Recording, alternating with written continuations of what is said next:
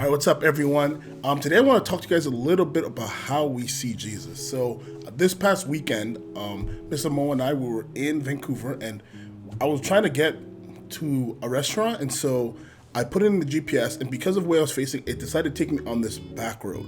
And so we looped back, and I'm in this like alleyway that's leading me down multiple streets.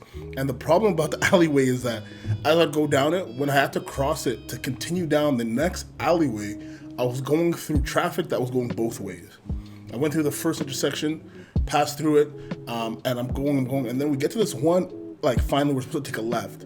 And remember, the traffic is going two ways, and I'm at the end of the alley, trying to take a left, and the craziest thing happens. Like, I see that there's a red light, so I'm okay. There's cars stopping. Cars aren't going to be coming from this way, and this is the way I want to go. I want to go left, and a car's coming towards, like in front of me, going to the right, have stopped to leave me a gap. So I'm like, okay, gonna go ahead, thinking it's all normal.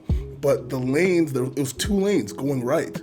And so as I start going forward, the car stopped here. I see a gap. Just as I'm passing, another car from second lane like passes the car. Like it like skinned my car. I can't forget how scary that felt, because like if I had gone or inched out just a little bit more, I would have lost the full front of my car. And I remember I hit the brake just in time, and it passed us just like that. And I was like, whew, and I just kept going, and we're like sitting there, me and Mr. Mo were like kind of panicking, shocked that just happened, that we almost lost the car, almost got a terrible accident. But the first thing Mr. Mo said was, thank God. And I remember sitting there because in my head, naturally, I just wanted to say thank God.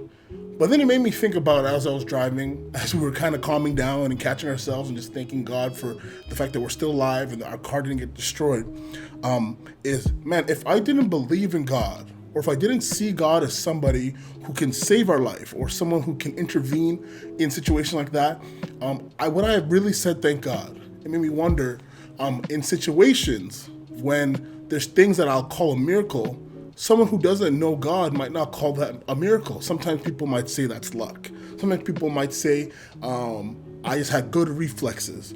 But the reality is how we see God determines how we can outlook into our own life. There's a story in Matthew chapter 16. I'm going to read to you. And I've shared this before, but this has just been really making me think, these verses, this story. I'm looking at it in a new way, and it says, now when Jesus came into the district of Caesarea Philippi, he asked his disciples, who do people say the Son of Man is? And they said, some people say John the Baptist, others say Elijah, others say Jeremiah or one of the prophets. And then he said to them something very important. He says, who do you say that I am? Who do you say that I am? And Simon Peter replied, you are the Christ, the Son of the living God. You know, if anyone's ever asked, like I want to give you guys a challenge. I dare you guys to ask some of your friends, you know, man, who do people say I am? Like, who do the other students at the school, what do people say about me?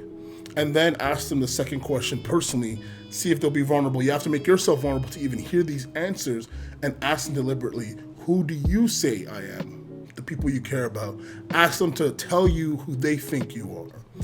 And the thing is, depending on how close we are, can determine a lot of things, right? Like your close friend can say things about you or know things about you that other people don't, because they're closer, because there's an intimate relationship there.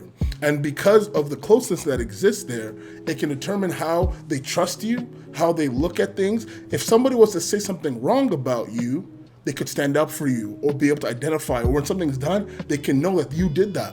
And so because we have relationships with God, because we have time with God, because we know who God is, when you're getting in a situation and say you're about to drive and get in a car accident and something happens and say you just stop in time. Nothing supernatural, not like a car's lifted up and dropped somewhere, not like a car disappears or anything, but like you just dodge it.